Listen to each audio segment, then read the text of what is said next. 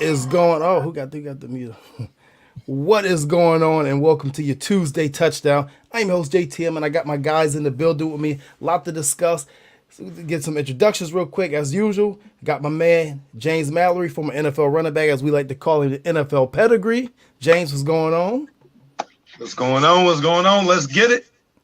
And my man Muki Hawkins, Bills beat reporter, Wolfo 1080, just freshly back from Indianapolis. Got all that combine just juice on you, man. What's going on? Oh man, you already know it's nice and juicy too.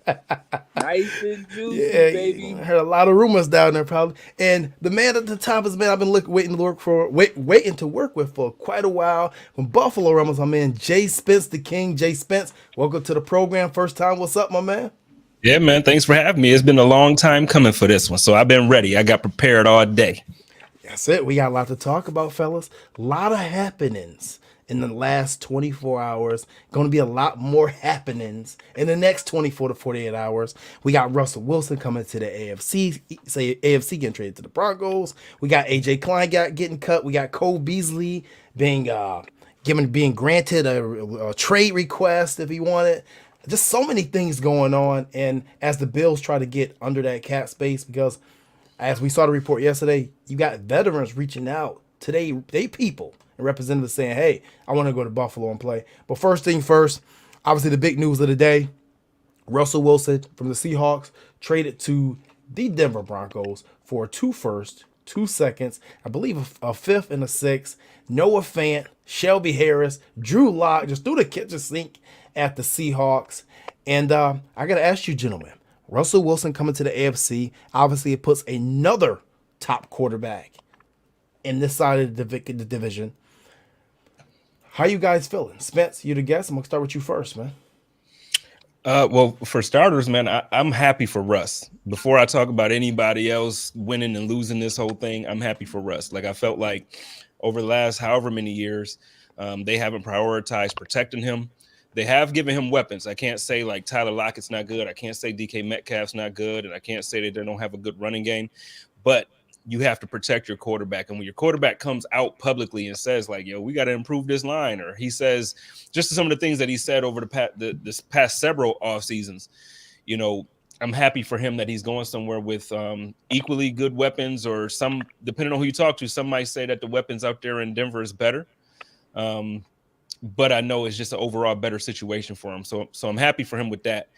I just can't believe Seattle's out, like they're in this immediately in a rebuild mode immediately. And I just don't know, you know, before we went live here, you know, Bobby Wagner got released as well. So it's just like it's a garage sale out there in Seattle. And I just don't know, you know, I just don't know how to look at it. And I know, you know, before we, like I said, James and I kind of had a little talk for a second there, and he's like, he don't know about DK Metcalf, but I'm on that. You're like, yo, Brandon Beane, you need to know, you know what you need to do. Make that call. You know who, you know what's up. And I get why everybody would be skeptical, because after next season, then you obviously want to, you got to look at the salary and you got to look at all that stuff. And I know we're going to get into it, but I'm at the point where it's like you're looking at teams like that, and you're looking at teams around the league, and you see the AFC now getting better. It's not just like last year after we lost to the Chiefs last year in the AFC Championship game. In a way, mentally, it was like, it's the Chiefs. We got to get back to this point and beat the Chiefs. The Chiefs are the team to beat, and that proved to be true. We lost to them, but when you look at the moves that are happening around the AFC right now, the AFC in general is getting better. So when you're looking at your whole entire division getting better, you can't sit back for 2 years in a row and be like, yo, we straight. We just need to be healthy, or yo, we straight. We just needed to win the coin toss for overtime, or yo, we straight. We just no. You go and you find some playmakers on offense and defense. You figure the money out. I'm not saying that the cap is fake. A lot of people think that the cap is fake.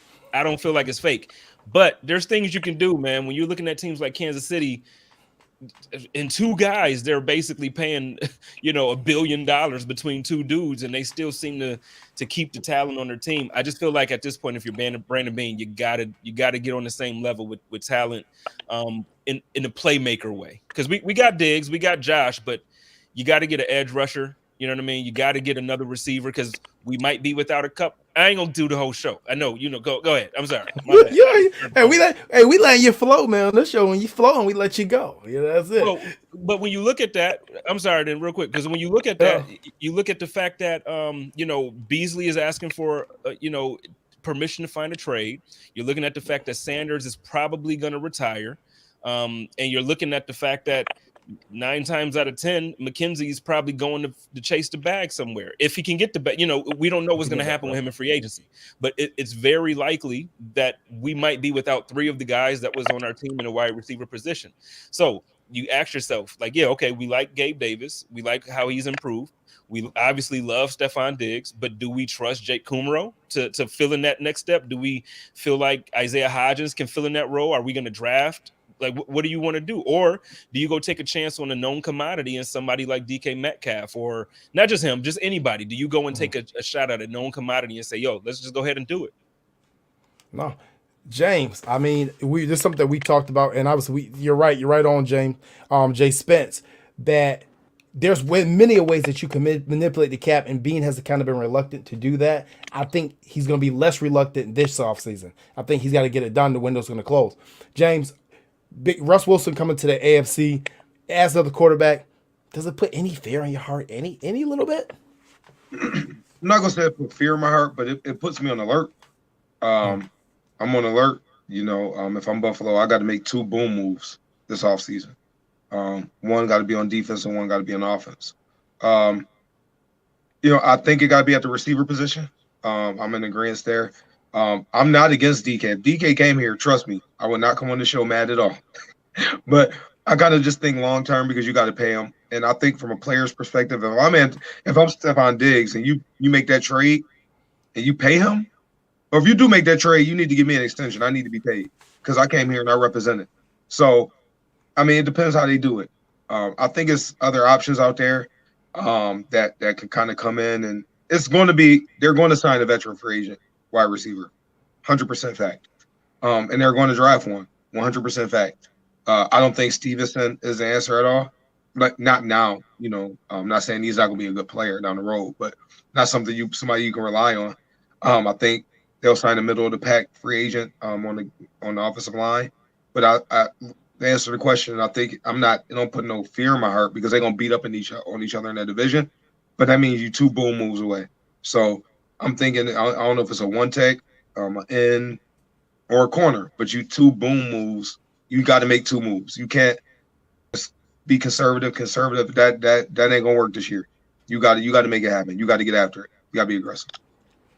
Mookie Hawkins, Russ Wilson, AFC with Sierra, mind you. And Britt Will got a little competition. No, It's no competition. I know. It's no competition at all. First of all, we don't play Denver at all unless they good enough to make it to the playoffs this upcoming season. So I'm not even worried about Russell Wilson. You know what I mean? First and foremost. I mean, last time we played him, the guy that show stopped him, we just released. So I'm kind of nervous about that. We ain't going to have A.J. Klein to be the Russell Wilson stopper this year. But, I mean, going forward, I mean, yeah, I will bring in DK Metcalf. DK Metcalf is better than any wide receiver that's in this year's draft, even though there are some prototype specimens of a DK Metcalf that the Bills could go a bargain route, if you will. A guy like Alex Pierce from out of Cincinnati, a receiver in like Christian Watson from out of North Dakota State. They kind of fit that big receiver mold with speed. But, yeah, I would take the chance on getting a DK Metcalf. He has 2 years left on his rookie deal. It won't be an issue with Stephon Diggs playing with DK Metcalf because you can extend both of them. Stephon Diggs probably get an extension that will free up $7 to $8 million this year again. So once you get rid of Beasley, because Beasley is not going to find a trade nowhere. Nobody's going to trade for Cole Beasley at 33 years old at $6 million.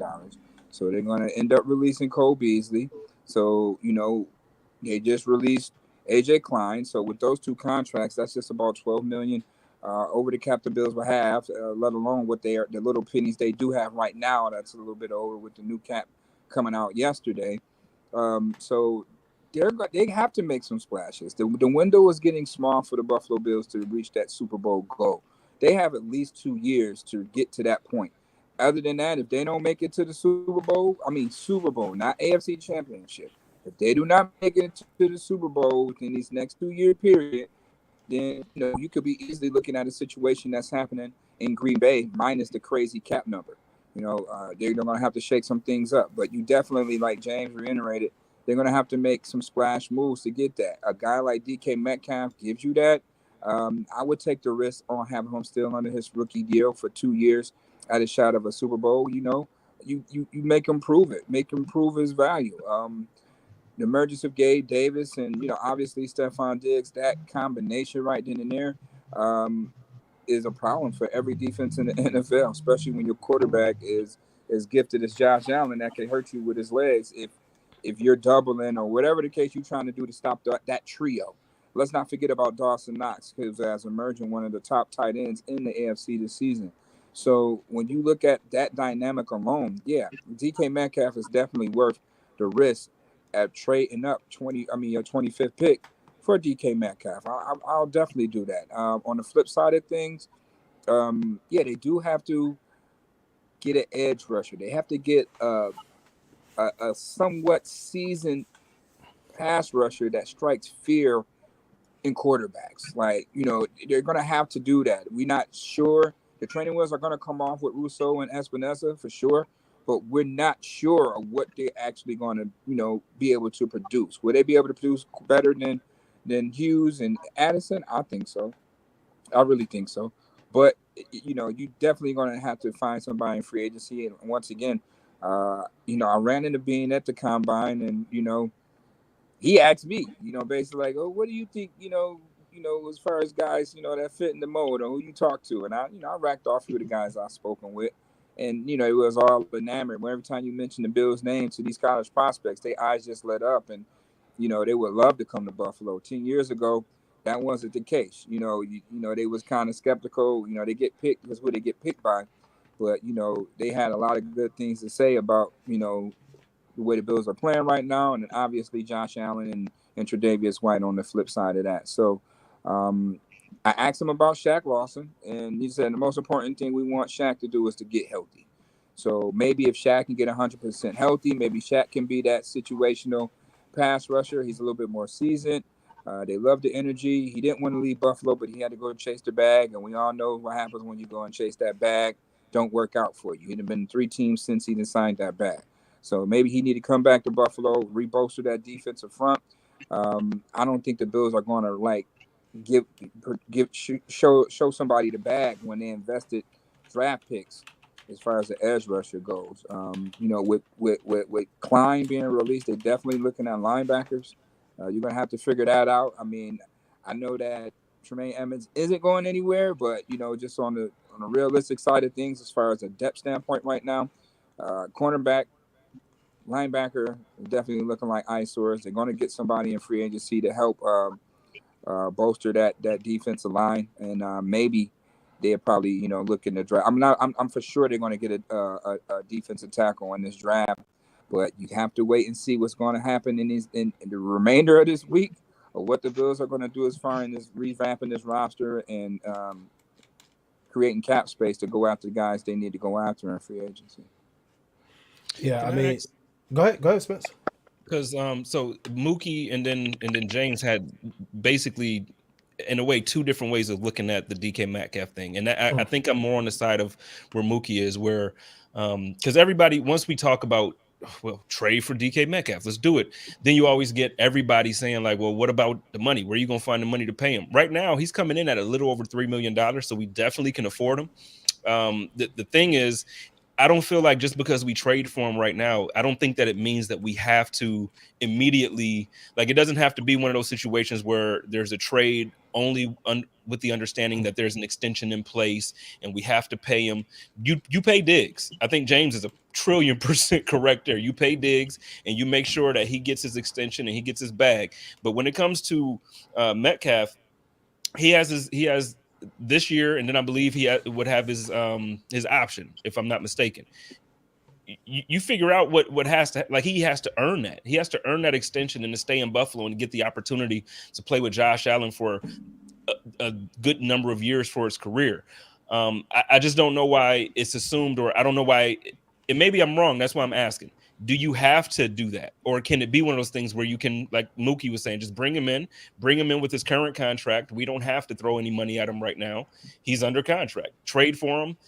I think a first-round draft pick is worth it. If you win the Super Bowl right now, and we've had second-round draft picks that have done nothing. Like, we probably won't even have Cody Ford on this roster next year. And I know a second isn't a first. I know there's a difference, but at the same time, a second-round draft pick is high capital. So, I'm all for taking a shot on a cheap contract for a year, and then possibly his fifth-year option. Take that chance on that, and if it works out, we'll figure out how to extend them and who we want to get rid of later. Somebody might not play as well next year that you might want to move on from, or there might be a trade. But I guess I just wanted to ask James real quick his perspective on the possibility of maybe just bringing him over and not worrying about the bag right now, like coming over and saying, "Look, man, we like you, we love what you bring. Show us what you got. Show us what you can do for Josh, and then we'll talk about that bag if the fit is there."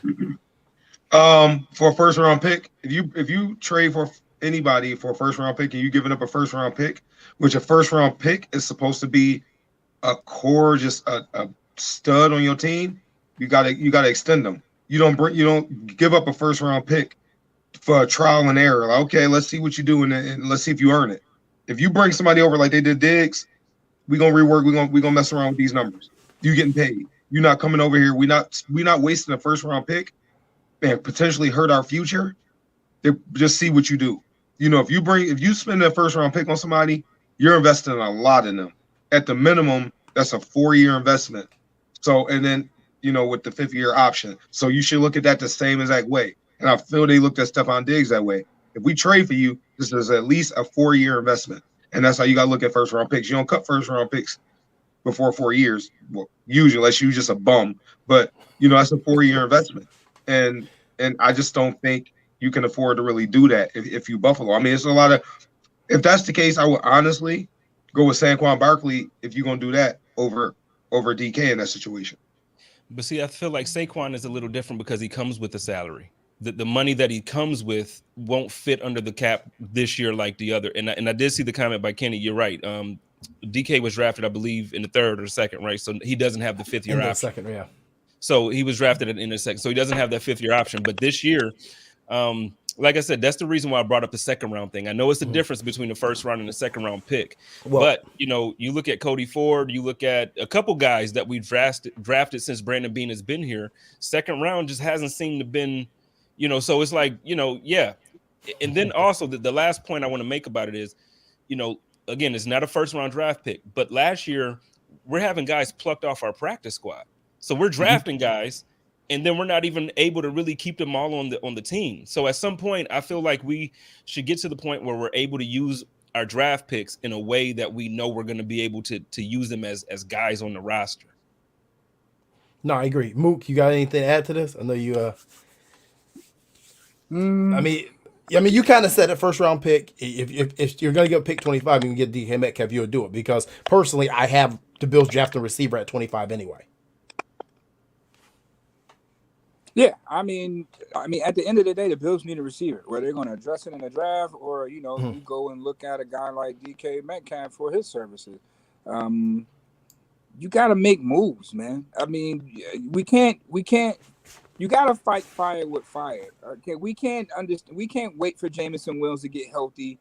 We can't go in drafting a receiver in the first round right now, thinking he's going to pan out or make a Justin Jefferson type of impact right away.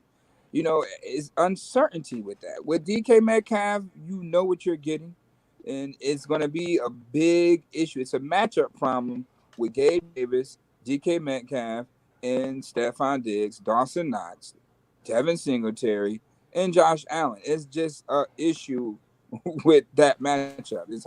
It's hard to stop. So me, I'm going all in. I'll take it as just like an Odell Beckham situation. Yeah, the Rams did it. The Rams did it for 1 year. But Odell was, I mean, that was all incentive based though. I mean, let's be honest, but Odell's a little bit different to give a first round pick. You got Odell off the Right. free agent wire, and you only had to give him $3 million for going to the Super Bowl. It's a little bit different. You didn't give him no capital. We only got to give him $3 million now, and we can extend him. We'll have the money and the flexibility to do that. I mean, for crying out loud, you don't think DK Metcalf will want to play with Josh Allen and probably take a discount? I mean, you got to look at all that stuff too. If you No, really want I to don't think so because he hasn't been paid yet. He going to get that money, man. He ain't got that payday. He not. I just don't see it. I don't see it. It's possible, but I just personally I don't see it. I would love it. Don't get me wrong. Please don't get me wrong, y'all. If we got DK Metcalf, I will be one of the happiest people in Buffalo. Let's get that straight. But at the same time, I'm looking at the future and I'm just looking at it. You know what I mean? It just if you paying Stephon Diggs and DK big money, somebody as valuable is going to be gone on that offense. Well, let's just be honest about it. I agree with all you gentlemen here about this. You know, now personally, if you can get DK Metcalf for pick 25, I'm personally going to take it because there's two things that people have said about what the Bills need for Josh Allen. They said you need size, and other people say you need someone to stretch the defense vertically, right? DK Metcalf does both.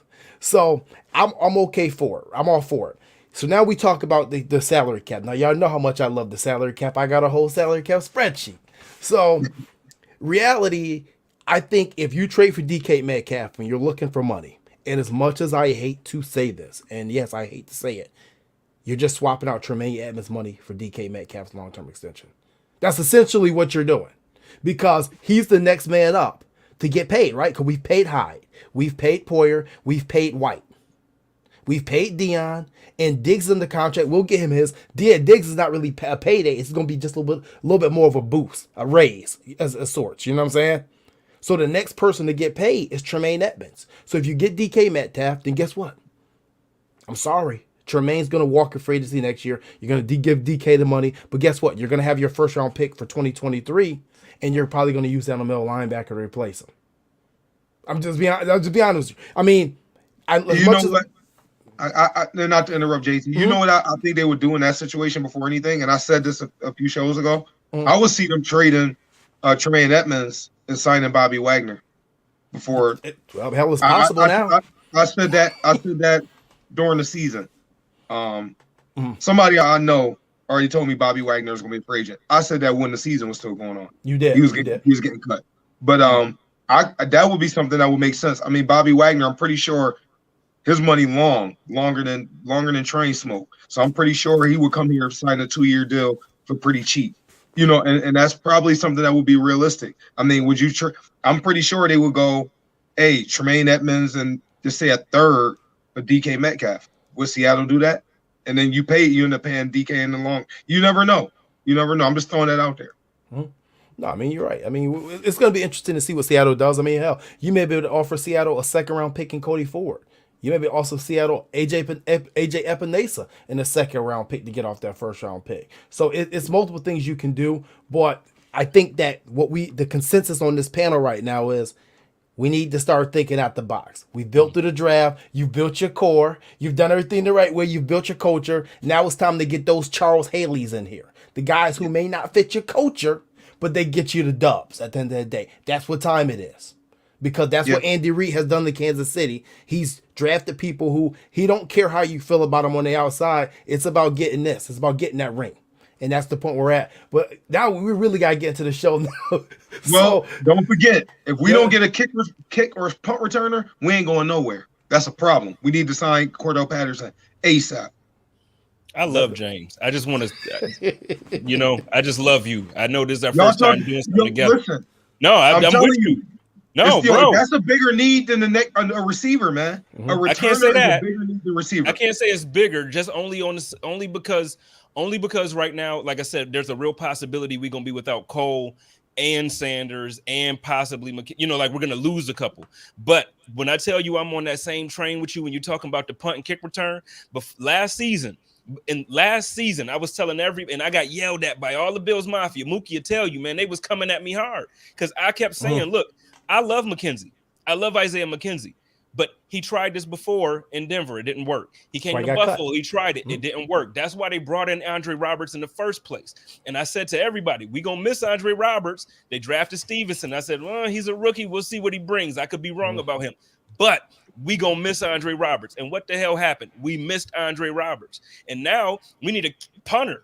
We need a punter and a punt returner / kick. So, James, I'm with you. When I say I love you, I wasn't being sarcastic there, dog. I was 100% I feel you. on that team with you. Matt, when I was in the league, our coach told us a valuable punt and kick returner that reliable catching the ball is worth 1,000-yard rusher. No, you guys. I mean, you guys hitting it home tonight. I think, I was on board with Andre Roberts last year too, but we knew what the ramifications. We know why Andre Roberts let go, because when you start building a championship team, that roster spot for just a kick returner is tough. But let's move on to our main topic, or one of our main topics tonight. Obviously, there was a report this week that was released, and it said that obviously Sean McDermott was causing friction. I'm not, it was released by Ty Dunn. I'm not gonna get on here and bash Ty Dunn about this report. Okay, it's not a bashing match, but I found flaws with this report. Right. I'm not gonna say the report. I'm not gonna say he didn't hear that from people. I'm not gonna say that at all. But I did find this to be kind of garbage, in my opinion. I understand that a lot of the media, and Muki, you'll be able to speak on this. I know a lot of the media is waiting to hear what the explanation for the 13 seconds was, what the reason it was. First of all, I don't understand why we need to know what the reason for 13 seconds was. We know what happened. If you watch football and you have common sense, we know what happened. We know what the execution flaw was. We don't need an explanation. I mean, just what is you telling us going to do anything for us? We lost. I almost cursed on there. Almost got FCC'd. But we lost. Okay? It was bad defense. It was bad coverage. It was bad calls. Okay? It is what it is. But to say there's anonymous players who I don't think is that anonymous, you could connect the dots if you want. I'm not going to throw no names out there, but it's going to be some people who ain't in Buffalo no more. But the friction between staff and blah, blah, it's always going to be friction between staff members. It's always going to be friction with players in every organization. There's friction with somebody with the Rams right now, and they just won the damn Super Bowl. It's always going to be that. But I want to get you guys started. Mookie, you're in the media. Going to do a job. I want to know what your thoughts on that report is when it came out. Just what you're hearing about it. I don't know why people want to make this a story. Right. I just don't understand why people want to make that a story. That there was friction between the coaches, and I mean, that just comes with the territory. You know what I mean? As a coaching staff, that happens. Period. In coaching, you know, you're going to agree to disagree. You know what I mean? And at the end of the day, if the head coach wants this, you got to give it to him. You can't be, he the one that brought you in. If it's telling you, right, run the damn football, the football. Like, why are we so high strung passing the ball and it's not working with us? But you got to love it for Josh Allen. So you just letting Josh Allen do some things at the wrong point in time of the game. He's making these goofy ass decisions, and it's not looking good, for the team. So if the head coach has to get on his coordinators, so be it. Like, I don't think that's friction, and that's just being a head coach. So I don't. They really want to put that out there, and I don't get it. I mean, Josh Reed went on and said it too. So they got to make a story about. You know what I mean? So to me, that just I don't really feed into all of that stuff. That's just football. I mean, it couldn't have been that much of a friction. You know what I mean? Coach McDermott gets his coordinators pretty much full reign to do whatever they want to do until he needs to step in. He stepped in more or less on the defensive side, as the offensive side. As you can see with the final 13 seconds, we all know it wasn't Leslie Frazier's call. That was all McDermott right there. So if it was some friction, it should be coming from Leslie Frazier. But, I don't get all this where all this stuff is really coming from. I mean, to me, it's kind of pointless. It's not. I mean, I mess with Tyler. I mess with Josh, but I just don't understand the thesis of this story. Like, where are y'all going with this? You know what I mean? Like, where are y'all going with this? So is this friction? So what y'all want? Coach McDermott to be fired or something? I don't understand where y'all going.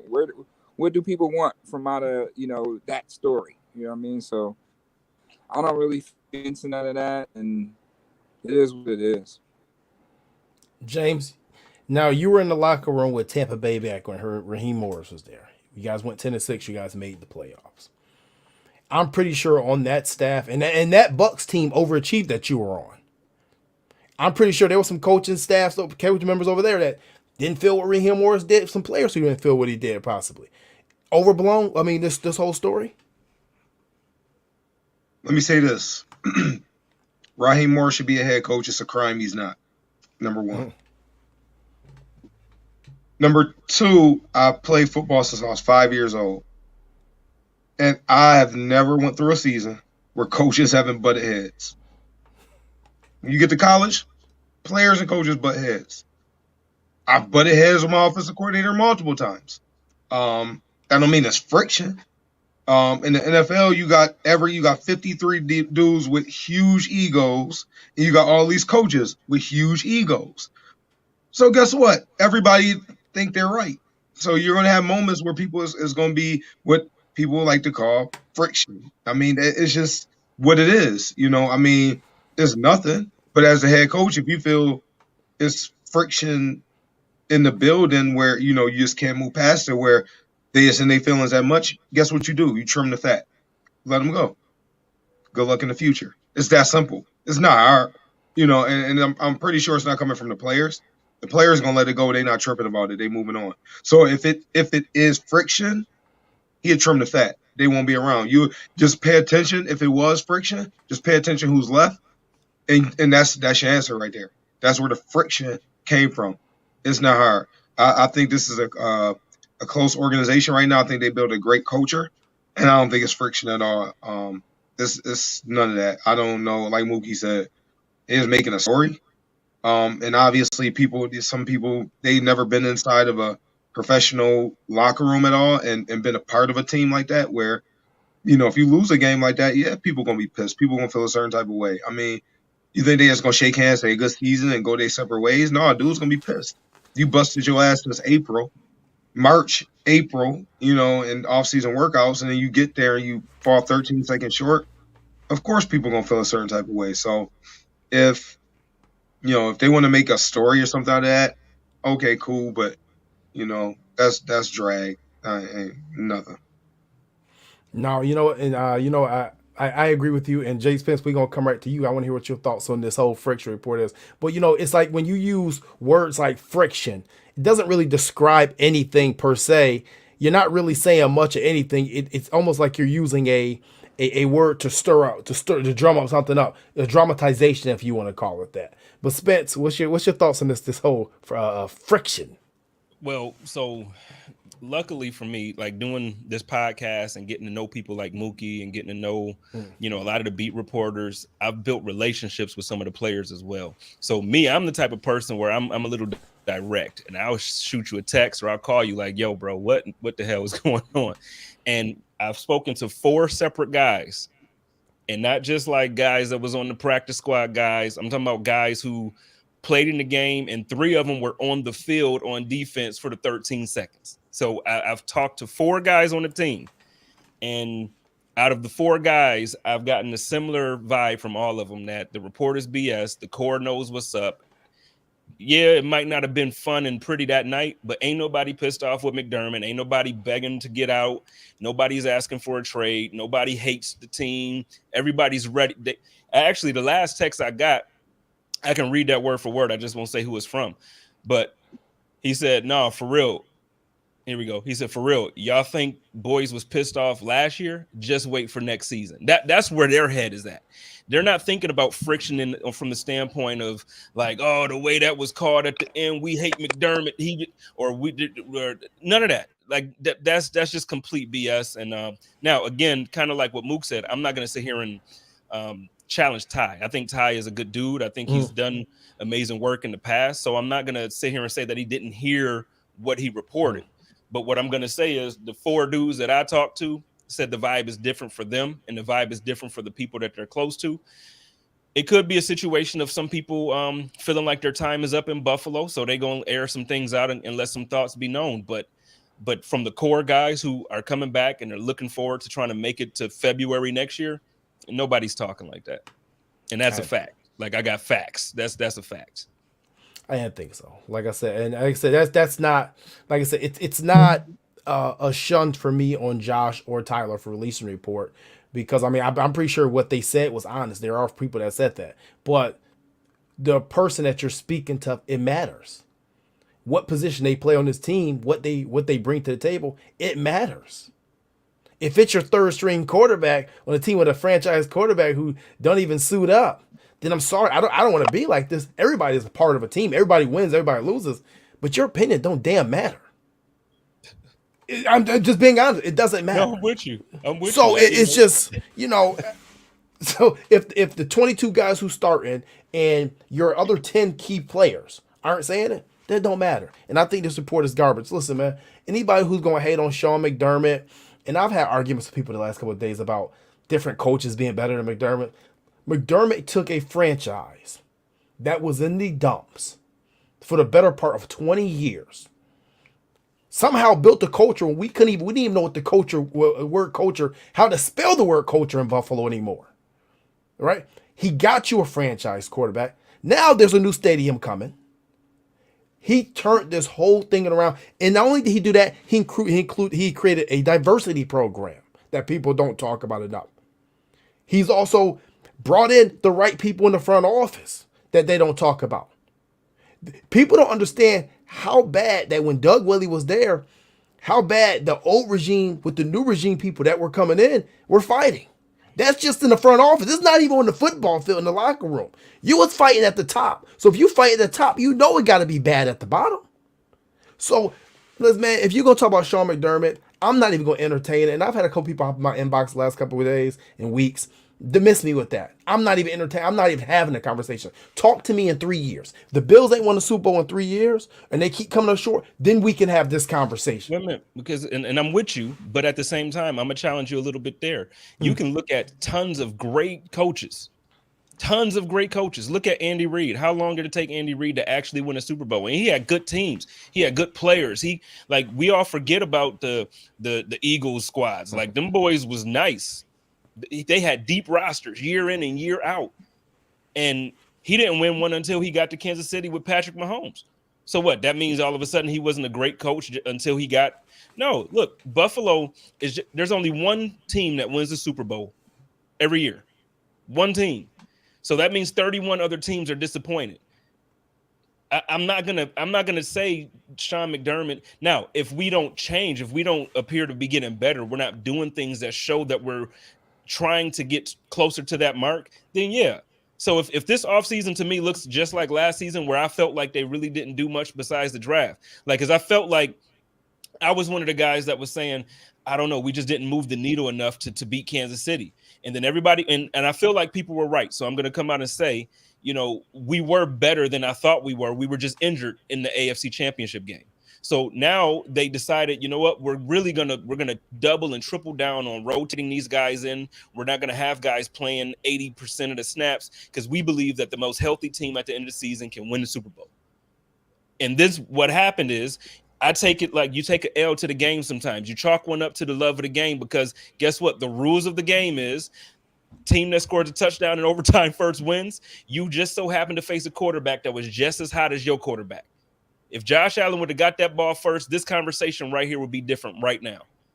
But I still think now we need to do something this offseason to say, I don't want to be in a situation to go to overtime with these boys. We need to beat these boys. So now I need to see some things. And that's the only reason why I'm talking about go get the DK. And it don't have to be DK. It could be Allen Robinson. It could be, on defense now. Yeah, Wagner's out there. Go talk to, at least let us hear you talking to these people.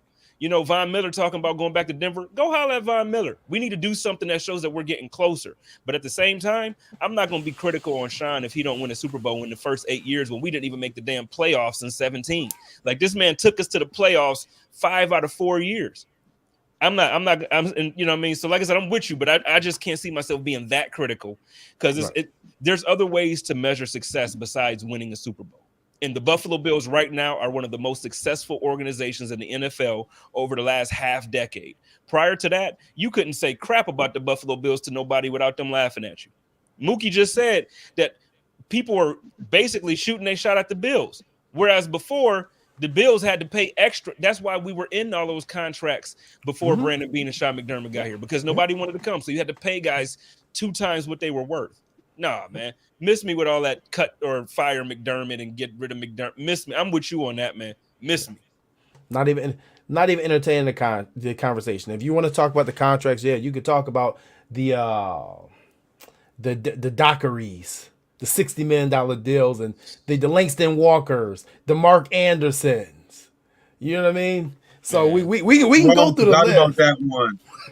We can go through the list. So, but nah, man, I think everybody on here agree, man. It's nothing. We don't feel like there's friction, and you know, it happens. You're not always gonna get along with the people you work with. We all have jobs in real life, and I guarantee we don't all get along with the people we work with every day on a daily basis. It happens. So, oh well.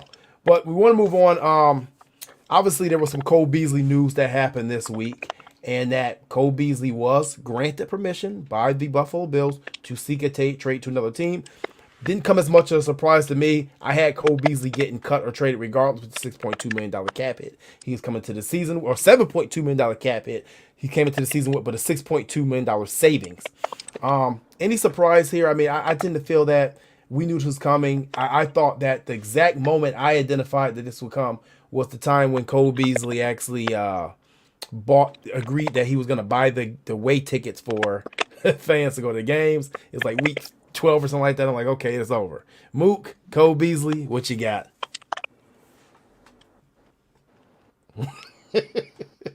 He waving by. That's what I got for Cole Beasley. Now, I mean, don't get me wrong. If it wasn't for Cole Beasley, I mean, Josh Allen's development would be totally different. So we got to give Cole Beasley credit where credit's due. He's definitely helped refine and help Josh Allen's development.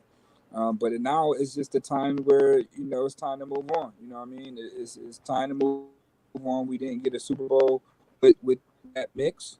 And right now it's just that the business portion of it just outweighed the production. I mean, he had 82 catches back-to-back seasons, you know, but other than that, he's not really, you know, giving you anything else. There's no yards after the catch. There's no touchdowns, you know, but he's very productive for you on third down. I mean, virtually Josh's go-to guy on third down. We give him that. But what Isaiah McKenzie was able to do in that New England game, I'm sorry, he just made Cole Beasley expendable.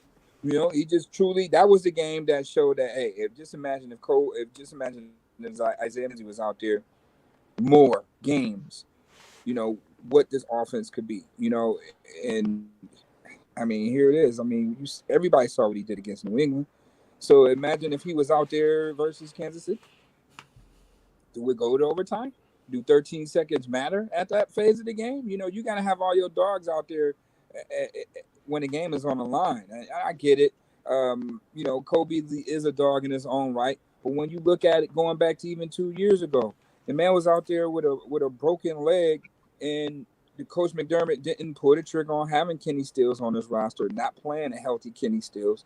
You know, some of the things that I said, okay, Coach McDermott, this is his first crack at being a head coach, period. He's never been a head coach anywhere else.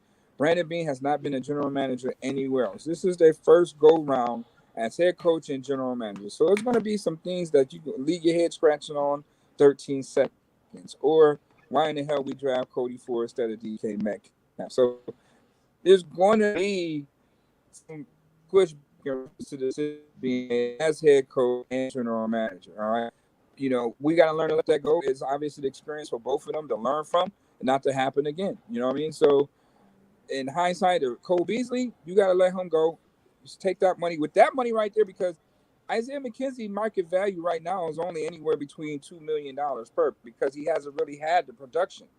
All right. We know what he can do if given the opportunity, but I don't think that NFL teams are going to throw a bag at Isaiah McKenzie for, you know, one game. You know, I think that nobody's going to offer him $45 million. You know, he'll find another deal, kind of like Saran Nealish, 3 years, $11, $12 million type of deal, probably to stay in Buffalo. You know, starting with that $6 million, that's, you know, they're going to free up when they release Cole Beasley, probably in a couple of days. because I don't think they're going to get a trade partner for him. Nobody's going to pick up $6 million in salary for a guy who's, 33 years old. He's on the wrong side of 30. Obviously, I mean, COVID stuff, it really doesn't matter now because everything is pretty much trying to go back to normal. But if it doesn't, then we all know that Cole Beasley isn't vaccinated. So who's going to take that risk on that in NFL franchise? And, the Bills right now, they didn't had enough of those off-field antics using social media. He's already been warned about that stuff.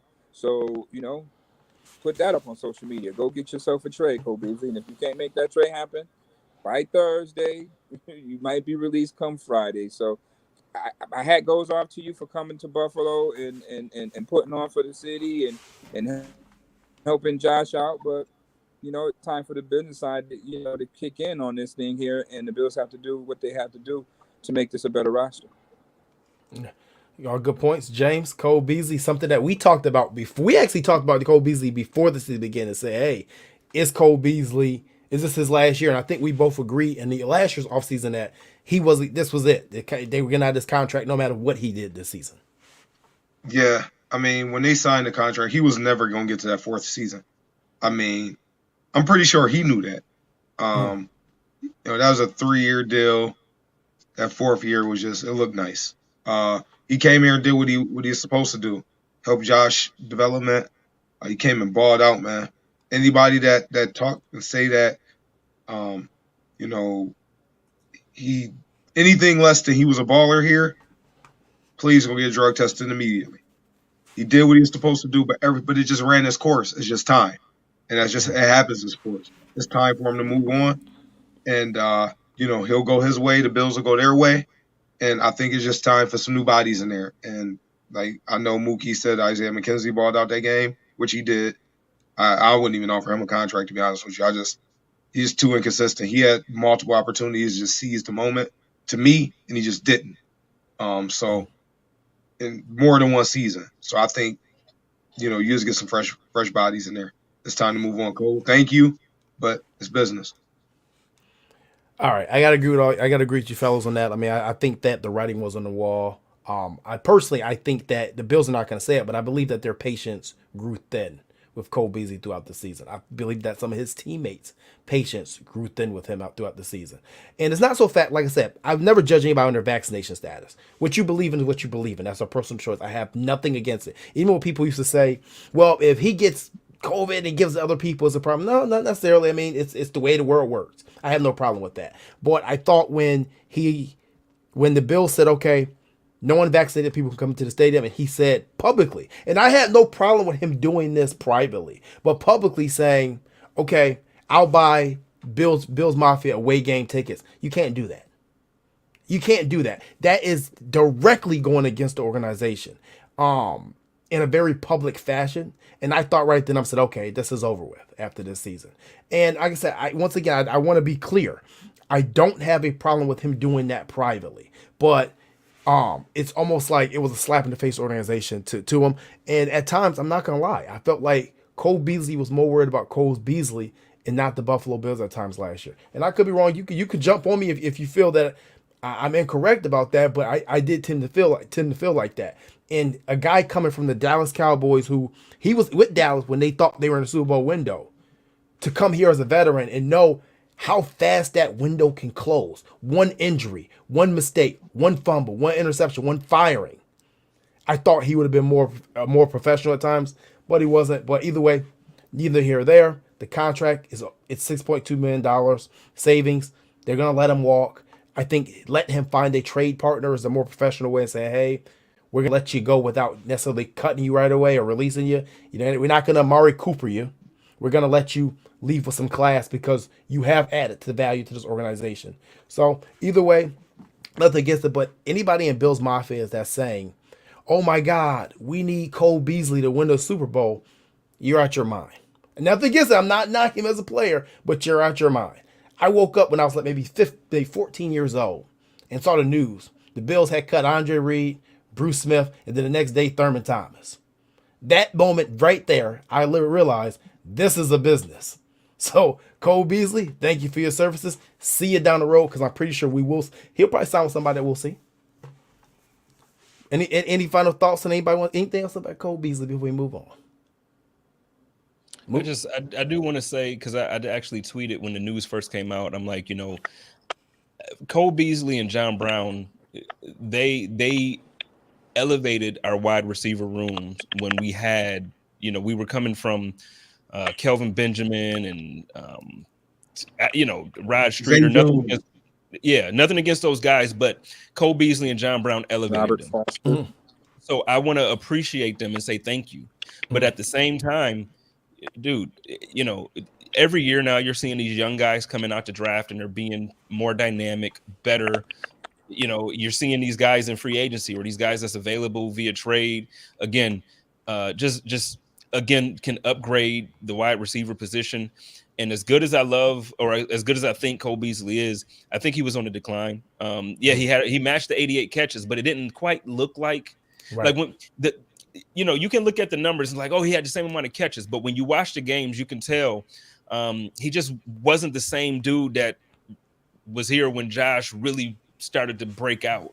So for me, it's like, if he's willing to kind of come back on a low contract, like if they're going to restructure it or they're going to, say, hey, we can bring you back on a reduced contract. Hey, come on back, man. I'm with it. But when you're talking about, spending $6 million there, when I feel like, again, I already know we went through the whole DK Metcalf conversation or others. I would rather take that $6 million and put it somewhere where I feel like somebody's going to be a playmaker. Like how much would it cost? I don't know what Von Miller is going to cost. I feel like he's really going back to Denver. But how much would Von Miller cost, and would he be willing to come to Buffalo? How much would whoever put that $6 million somewhere else, man? Thank you, Cole. I love you, but enjoy wherever you're going. You know what I mean? Go hiking, go fishing, something. I love you, but nah. Before we do on Muki, want to hit it one more time for Cole? Want to hit it one more time? My man said, please. Salute.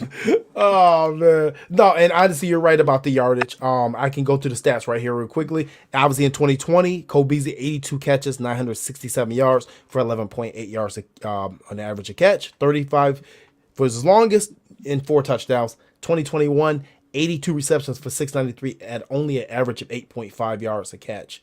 And it definitely felt like at times he was phased out of the offense. In certain games, it felt like he was force-fed the ball. We forgot about Cole. Let's get Cole the ball, So, either way, like I said, I agree with you gentlemen here once again. You guys on fire tonight, man. It's been a minute. I've been on vacation, bro, so I got a lot to I'm out here. It's all good. That's what we're here for. But moving on from Cole Beasley and the friction, I got the final topic of tonight. Now, this is a pretty fun topic for me. I thought it was going to happen last year. I'm more confident this year. I'm still sticking to my guns in my prediction that one day Rob Gronkowski will play his final game at home here in Buffalo in a Buffalo Bills uniform. And obviously, boom, here comes the report. Second year in a row. Bills interested in Rob Gronkowski. Now, what we do know is that the Bills offer Rob Gronkowski, I believe it was a 2-year, either $14 million deal last offseason that he really mulled on. He ended up muddling on, but he ended up ultimately going back to Tampa Bay. And coming from the combine, and anybody know anything about the draft combine, and James is the one who taught me on this. Business happens at the NFL combine. That's where it really goes down. Free agency is just a familiarity. Everything happens at the combine. So, there was some deals done this past week.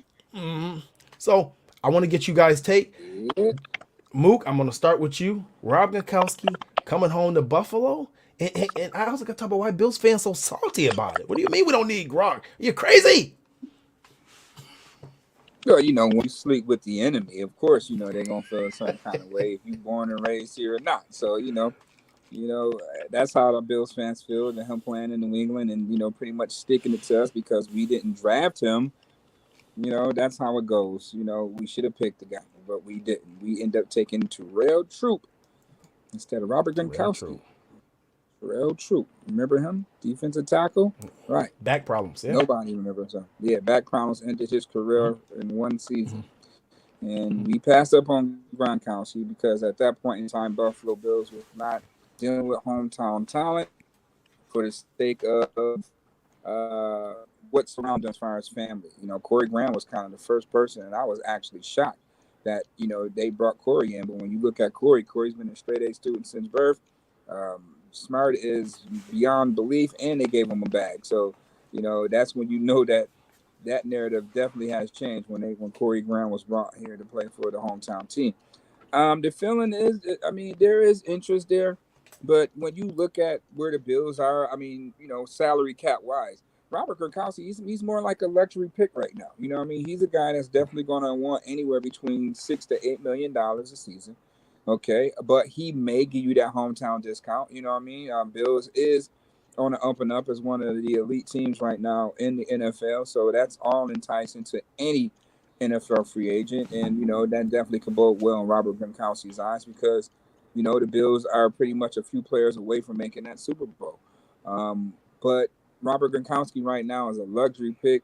I went and looked for Robert Gronkowski signing early in free agency.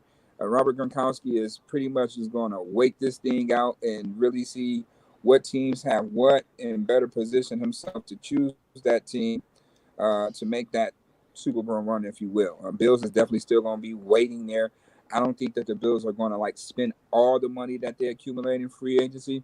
So, there's definitely some interest there, but the Bills have other issues to address positional wise than tight end. When you look at the season, that Dawson Knox had, and I told everybody that Dawson Knox was going to have a breakout season.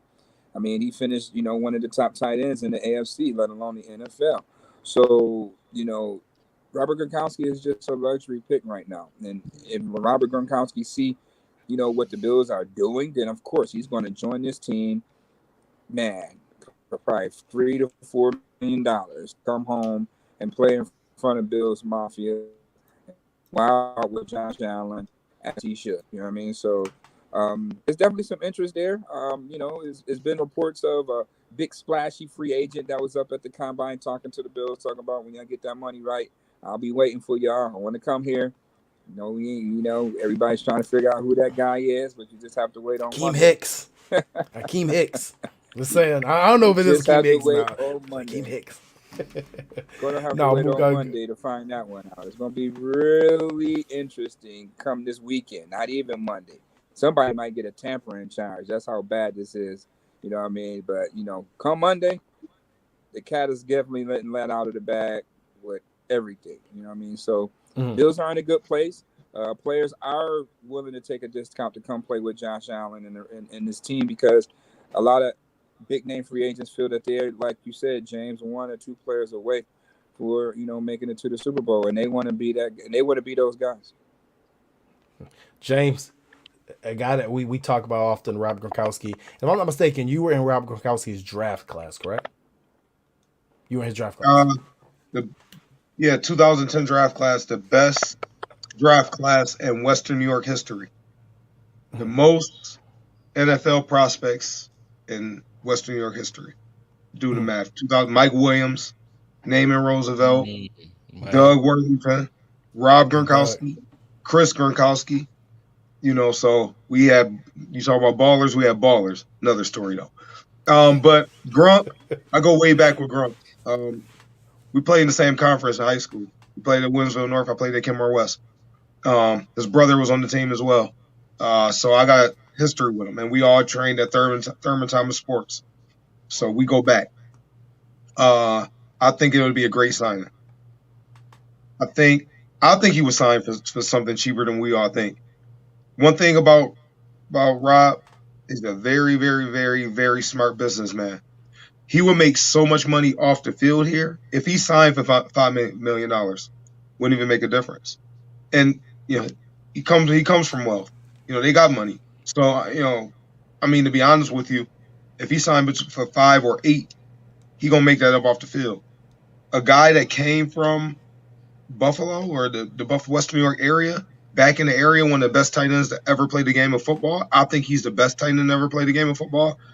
And he's back in his hometown playing for maybe a year or 2. Can you imagine the marketing, how much him and Josh Allen will make in West Her commercials? And just imagine that. And he gonna clean up. So I honestly think he's going to agree to terms, but he won't sign until later. If Gronk going to play, he's going to play in Buffalo. That's just my opinion. I think it's already probably a done deal. He's going to play in Buffalo. Obviously, he's probably not going back to Tampa. Rob is going to be here, and the two tight end set is going to be crazy.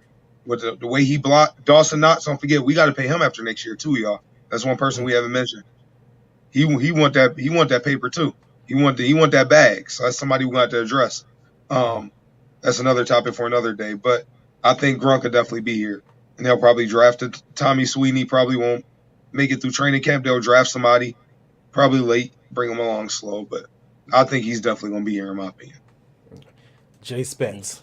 I agree with James. I think, like Muki mentioned, he said he thinks that he's looking for like between 6 to 8 million. All right, there go Cole Beasley, 6.1 million right there. Like, let's just put it in the bag as Gronk.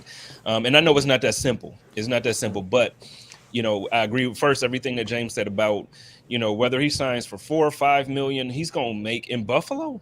Come on, man. Like Diggs has hot sauce and blue cheese, you know, and like he's gonna be on West Her commercials. He's gonna be on Tim Hortons commercials. This dude might have his own donut, like the Gronk. I don't know what he's gonna call it, but you know how he's marketable. He's we didn't like him in Buffalo because, like Muki mentioned, he's been with the Patriots, and you still got these fans that's salty about what he did to Trey.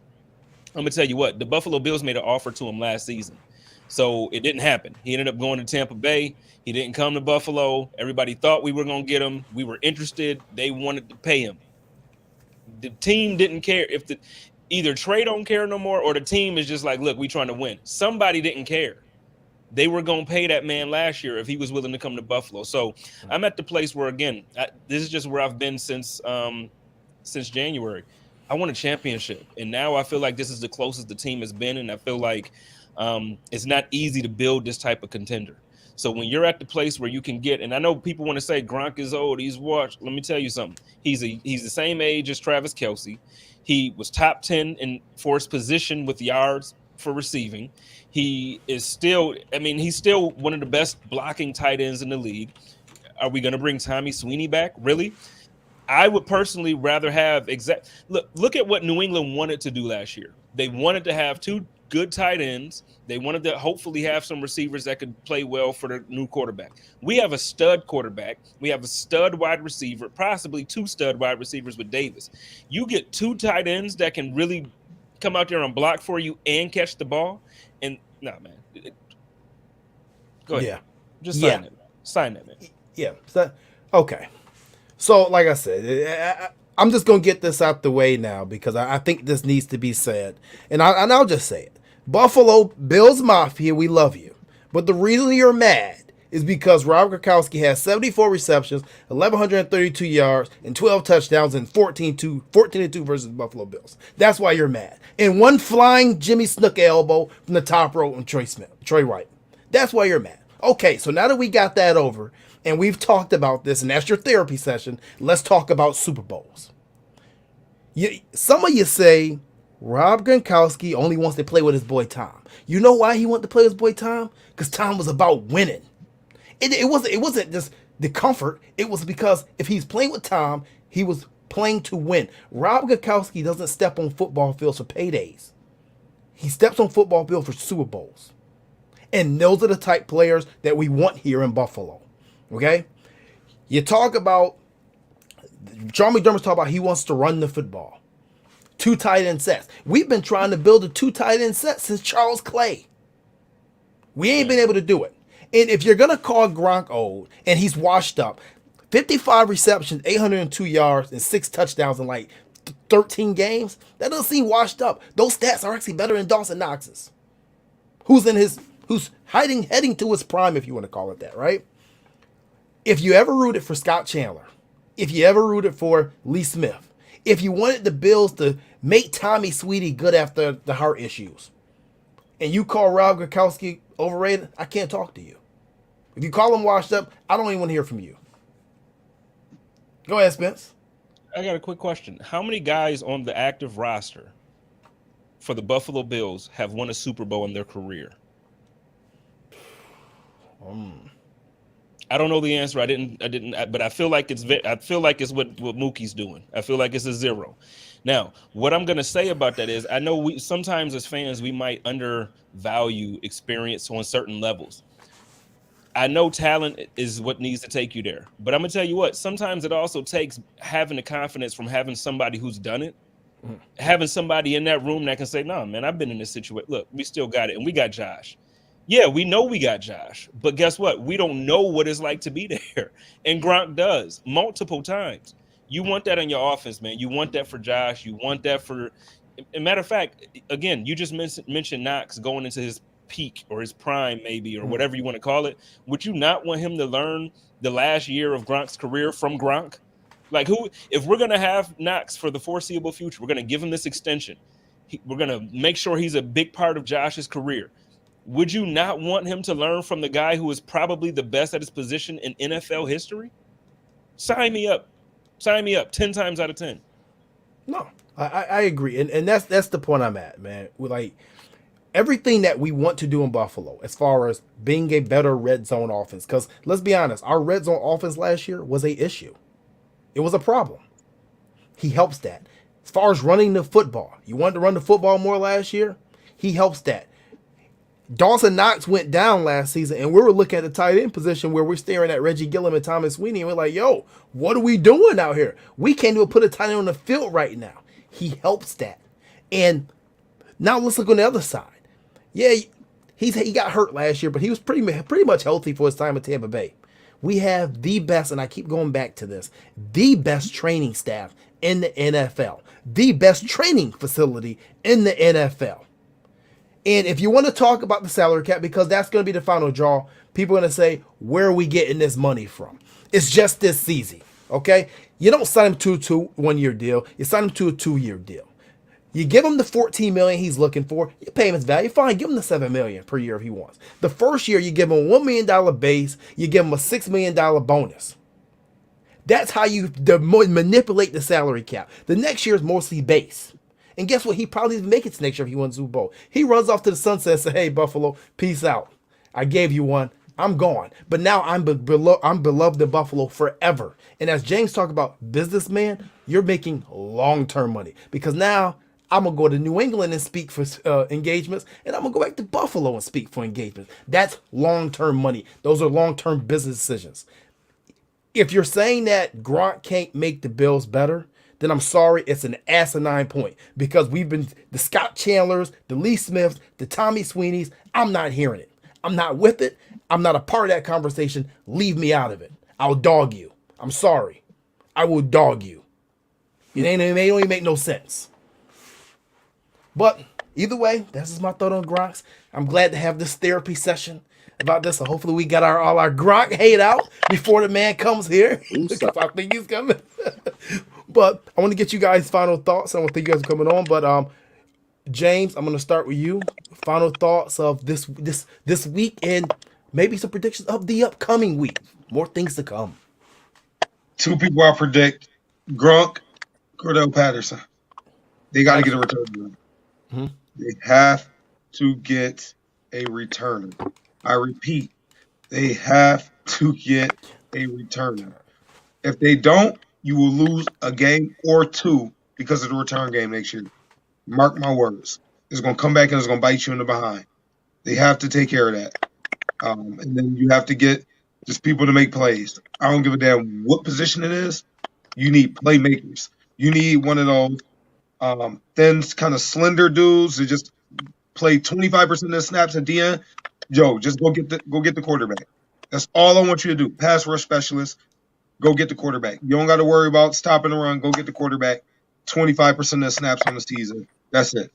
I would love to get Randy Gregory. Probably not realistic. We need a goon on the team. We don't got many goons. We don't got somebody that's gonna rip your face off. We don't have that. We got some good football players, but they don't got that goon. You know what I'm saying? And that's something that they missing. Let's be honest here. Offensively, who is our goon? Yeah, no, that's why people love Feliciano for so long. He was the goon. We don't have that. Defensively, who's our goon? We don't really have that. So that's something that we're missing. And people don't talk about that. Attitude. Somebody else don't give a damn and they get after it. So go get some attitude, man. Get some dudes. Obviously, you got to play, but go get some dudes with some attitude. They missing that, and they need somebody that's gonna come through and just be like, "Yo, man, I got this, man." So All right, James, my man. Mookie Hawkins, final thoughts. Well, look for more releases and restructure. What did the Bills do with punter Matthew Hack? What did Bills do with Tyler Metcalf, who's holding on to $3.3 million, only to play special teams? You just signed Saran Neal as your special teams ace. What are we going to do with hefty contracts with Mitch Morse, $11 million due this season? What are we going to do with Darrell Williams, $9 million due this season? What are we going to do with John Feliciano, $5 million? So right now, the Buffalo Bills, out of those three linemen right now, is $25 million. So we're going to see in the coming days what the Bills are going to do to stir up this roster. Deion Dawkins, will they convert his salary this year into a signing bonus to relieve some cap space, to receive some cap room? Will Stephon Diggs get that extension mimic of what Tyreek Hill just did in Kansas City? So, we got to look at what's going to transpire with the Bills freeing up cap space. Now, I had a mock of that. If you restructured, if you release certain guys, the Bills can save anywhere between $26 to $30 million and be above the cap. And that's a lot of money to get some perennial pieces that you need to get over the hump. You can still probably bring, let's not forget Harrison Phillips having a solid season. I want to discount the Bills entertain bringing him back. I mean, he does things in the community-wise.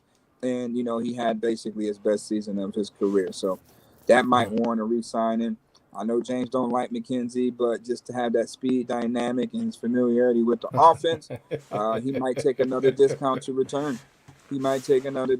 Maybe. If not, it's a plethora of receivers that can take Cole Beasley's spot and, be that speed guy to blow the top off of defenses that we need. So, I mean, the receivers showed out at the combine. I think they were just warming up running 4.340s for crying out loud.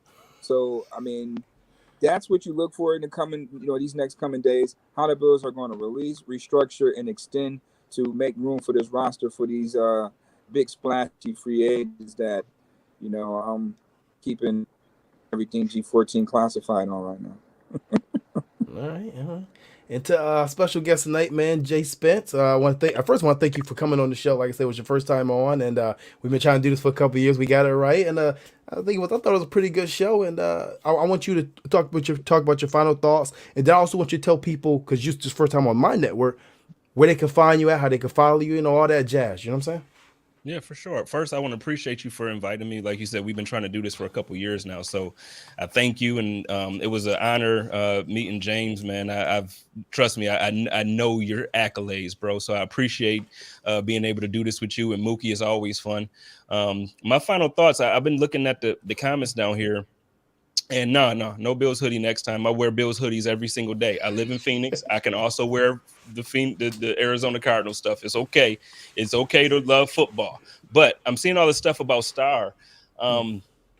Listen, I don't know how you guys feel, and we don't have to start a whole new discussion. But the thing is, we really have to start getting to the point where we watch football with an understanding of who and who isn't hurting us, because there's this misconception that like Star is a waste and Star is hurting us and he's not doing. Now, is he Aaron Donald? No, he's not Aaron Donald. And and it sucks that he's not Aaron Donald. We would love to have an Aaron Donald.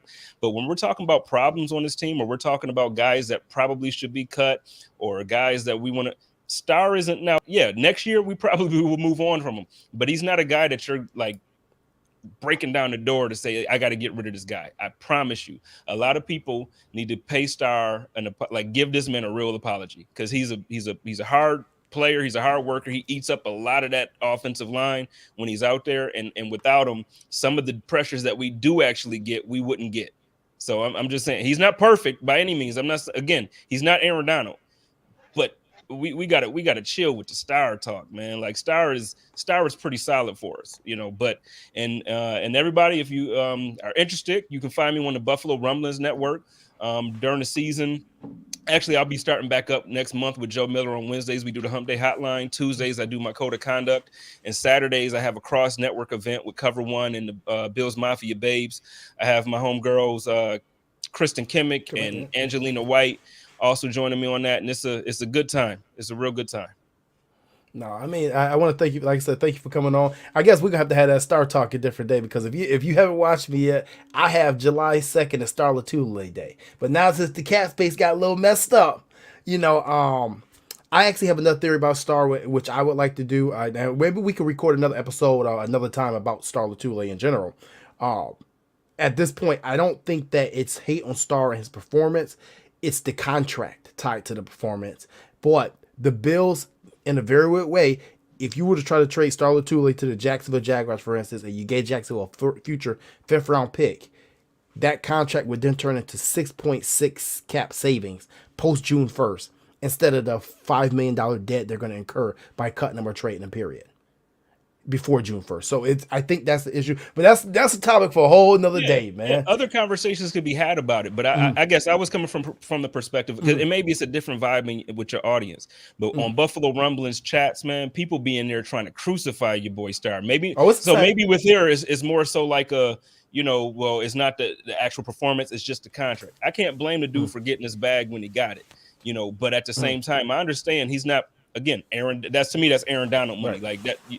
But like I said, he's not a problem, man. Like I can think of 5 guys on this team who I would rather, like I agree with James on a couple things. Some people I wouldn't even offer contracts to come back. That's me. You know what I mean? Like, so there's some people on this team that people love in the city, like fan favorites, that I'd be like, yeah, see you next time, when we play y'all at whatever city you at. That's where I'm at. But with Star, it's more so like, yeah, his contract just ain't what I want from him, but I can't be mad at Star. No, I got you. But no, man, I want to thank all my guests for coming on tonight. Muki Hawkins, Waffle 1080, J Spence, Buffalo Rumblings, James Mallory, NFL Pedigree. We'll be back. I may be back next Tuesday, depending on what happened. We may be back next Tuesday. Actually, I think I'm gonna hit up. I think we get. I'm hit up your man Joe Miller, man. I haven't done a show with Joe either. So this is 2 of the main guys that I actually follow. I don't follow many other content creators. I don't collab with many content creators, but 2 guys I do follow is my man J Spence and Joe Miller, the voice. Big week coming up. It's gonna be a lot of moves. I expect to see a different Buffalo Bill management here. I expect to see us be aggressive. I think there's gonna be some really surprise moves. I think they're gonna go all in. As Muki said, he wanted to go all in. I think they're going to go all in because the window's now. So we'll see what the all in moves is. But other than that, guys, as always, thank you for tuning into your Tuesday Touchdown. I am your host, JTM, and it's nothing personal. It's just Bills. Make sure y'all stay safe, take care, and catch y'all next time. Peace.